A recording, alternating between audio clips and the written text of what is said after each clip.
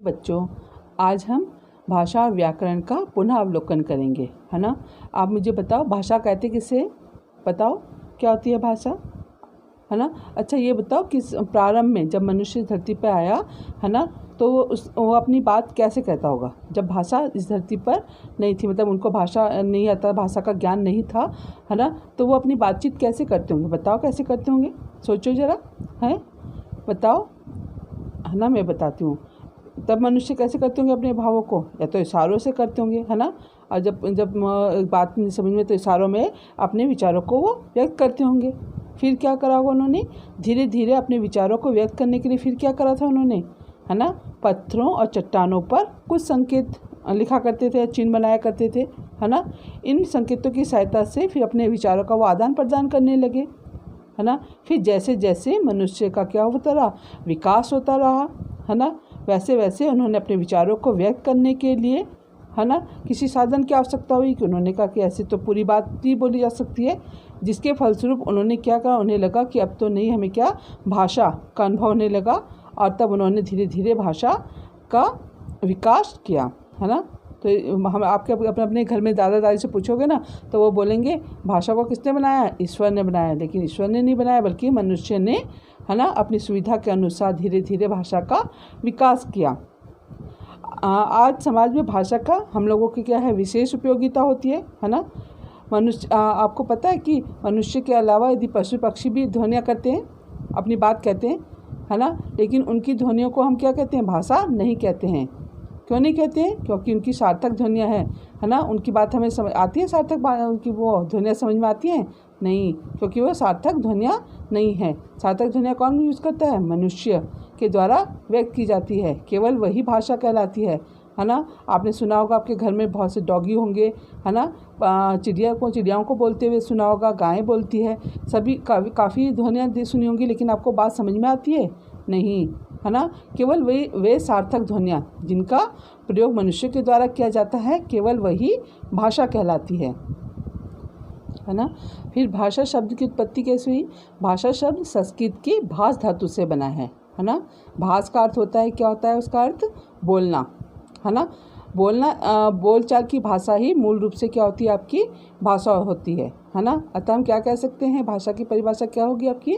भाषा वह साधन है जिसकी सहायता से मनुष्य अपने मन के भावों और विचारों को प्रकट करता है तथा दूसरे के मन के भावों और विचारों को समझता है ना। आगे ना समझ में, है ना।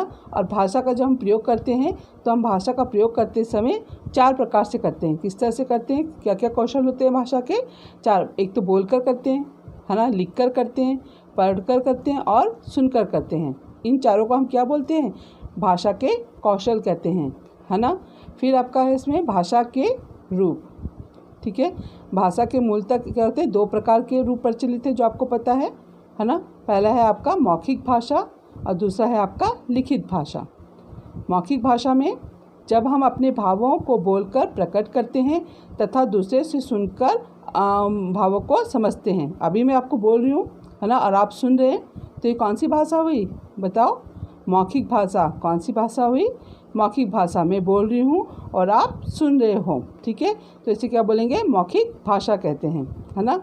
फिर आपका इसमें लिखित भाषा, जब हम अपने विचारों को लिखकर तथा दूसरों के सामने प्रकट करते हैं। जब हम लिखकर अपने भावों को दूसरों के सामने प्रकट करते हैं तथा दूसरे उसको पढ़कर, है ना, उन भावों को समझते हैं, तो उसे हम क्या कहते हैं? आपका लिखित भाषा कहते हैं। क्या कहते हैं? आपका लिखित भाषा कहते हैं, ठीक है। आपका फिर इसमें एक सांकेतिक भाषा। कई बार हम बिना बोले, बिना लिखे, केवल इशारों से ही अपनी बात कह देते हैं, तो भाषा को सांकेतिक रूप है। तो वो भाषा का कौन सा रूप है? सांकेतिक रूप है ना। आपने कई बार देखा होगा, है ना, आप जब कहीं जा रहे होते हैं तो एक ऐसा लिखा होता है ना, सर्कल में होता है ऐसे, तो इसका मतलब क्या होता है कि आप यहाँ पे पार्किंग कर सकते हैं। और यदि उसको क्रॉस करा होगा तो उसका क्या मतलब होता है? उसका नो पार्किंग। ऐसे संकेतिक होते हैं ना, तो आप समझ जाते हो उन संकेतों को देखकर, होता है ना ऐसा। आपने कई बार जगह ऐसे देखा होगा, आपके विद्यालय में भी है ये, है ना, ऐसे ऐसे बना हुआ और ये क्रॉस में लगा, क्या है, नो स्मोकिंग, है ना, धूम्रपान निषेध है, होता है ना ऐसा निशान बना हुआ, यही इनको क्या बोलते हैं हम, सांकेतिक, ये भाषा के सांकेतिक रूप हैं। भाषा के लिखित रूप का महत्व, है ना, लिखित रूप भाषा का स्थायी रूप है। क्यों है स्थायी रूप? क्योंकि इसे के माध्यम से हम अपने अमूल्य विचारों को अधिक समय तक सुरक्षित रख सकते हैं, है ना। आपकी जो बुक है, किताब में आपके लिखी होती है ना, आप उसको कई समय तक रख सकते हैं, है ना, तो उसका बोलते हैं स्थायी रूप है ना। आपकी कई पुरानी बुकें होती हैं, किताबें होती हैं जिसमें आपके कई विचार होते हैं। आपको कोई प्रश्न पूछा जाए या कुछ, आप पुरानी बुक खोल के देखेंगे फटाफट से, है ना, क्योंकि उसमें वो लिखा हुआ है, सारा लिखित रूप में है आपके पास और सुरक्षित रखा हुआ गया है, तो उसको हम क्या बोलते हैं, अस्थायी रूप कहते हैं, है ना। मौखिक भाषा का अस्थायी रूप होता है ना, क्योंकि हम इसमें याद करते हैं, कई बार आपको कोई चीज़ बोली जाती है तो आप भूल जाते हो, है ना। थर्ड का पढ़ा हुआ आपको याद है नहीं, है ना, तो आप क्या उसको भूल जाते हैं, तो उसे क्या बोलते हैं, मौखिक भाषा का अस्थायी रूप है, जिसे हम काफ़ी समय तक सुरक्षित नहीं रख सकते हैं। लेकिन जो लिखित रूप है वो क्या है, स्थायी रूप है, उसको हम काफ़ी समय तक सुरक्षित रख सकते हैं। फिर आपका इसमें भारतीय भाषाएं, ठीक है, हमारे संविधान में 22 भाषाओं को, है ना, जो है मान्यता दी गई है, आपकी स्वीकृति प्रदान की गई है ना। आपको उस पर हिंदी, आप इसमें भारत की राष्ट्रभाषा, भारत की राष्ट्रभाषा क्या है, हिंदी है। क्या है, हिंदी हमारी राष्ट्रभाषा है। भारतीय संविधान सभा ने 14 सितंबर 1949 को हिंदी को भारत की राजभाषा व राष्ट्रभाषा घोषित किया गया, है ना, दोनों किया गया, राजभाषा भी और आपका राष्ट्रभाषा भी घोषित किया गया है, ठीक है ना।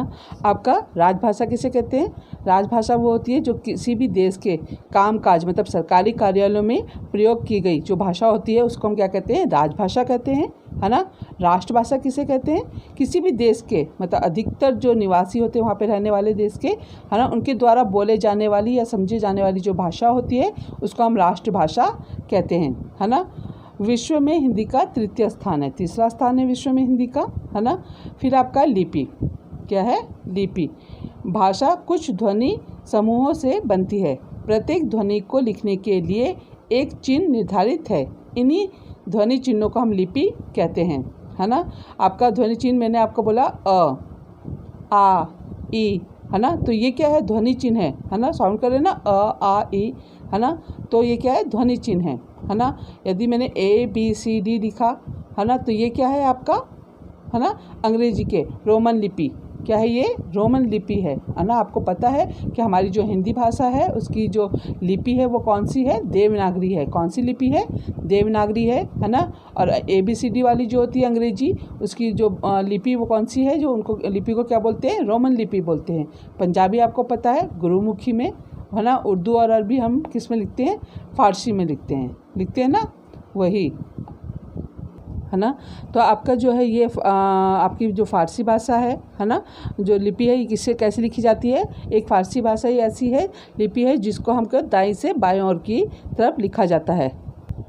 बोली भाषा का क्षेत्रीय रूप है ना, क्या है आपका, क्षेत्रीय रूप होता है ना। इसको आपका एक क्षेत्र विशेष में बोले जाने वाली भाषा को हम क्षेत्रीय रूप कहते हैं। जैसे आपका हरियाणा में बोली जाने वाली भाषा क्या होती है, हरियाणवी होती है ना। आपके यहाँ पे गढ़वाल में कौन सी भाषा बोली जाती है, गढ़वाली भाषा बोली जाती है ना। तो यही बोली के रूप हैं आपके, ठीक है ना। अब आपका इसमें क्या है, व्याकरण वह शास्त्र है जो भाषा को शुद्ध रूप से लिखना, पढ़ना और बोलना सिखाता है। व्याकरण के द्वारा ही हम लोग क्या करते हैं, शुद्ध भाषा का प्रयोग कर पाते हैं, है ना। उसी के द्वारा हम उसके नियम, उसके जो आपको किस तरह से भाषा बोलनी है ना, तो वो सब चीज़ किसके द्वारा सीखते हैं हम, व्याकरण के द्वारा, है ना। तो व्याकरण वह शास्त्र है जो भाषा को शुद्ध रूप से लिखना, पढ़ना और बोलना सिखाता है। फिर आपका इसमें व्याकरण के अंग है। व्याकरण के मुख्यतः 4 अंग होते हैं। आपका पहला इसमें वर्ण विचार, शब्द विचार, वाक्य विचार और पद विचार, है ना। वर्ण विचार में हम लोग क्या करते हैं, इस विभाग में वर्णों की बनावट, वर्णों के भेद, उसके उच्चारण का प्रयोग, है ना, इन सब की जानकारी दी जाती है। फिर आपका शब्द विचार, है ना, इसमें हम क्या क्या करते हैं, शब्द रचना, उसके भेद आदि का प्रयोग किया जाता है। इन शब्द बातों का वर्ण विचार के अंतर्गत, शब्द विचार के अंतर्गत रखा जाता है। फिर आपका वाक्य विचार में आपका इस विभाग में वाक्य, उसके अंग, है ना, आदि शब्दों का प्रयोग किया जाता है। पद विचार में आपका, है ना। पद विचार में आप ऐसे कहलाते हैं कि इसमें पद की रचना, पद के भेद, उसका रूपांतर, पर परिचय आदि इन सब चीज़ों का प्रयोग किया जाता है। ठीक है, आप अपने इसमें क्या करना, अच्छी तरह से इसको पढ़ना, है ना, और याद करना, आपके एग्ज़ाम में पेपर में काम आएगा। धन्यवाद।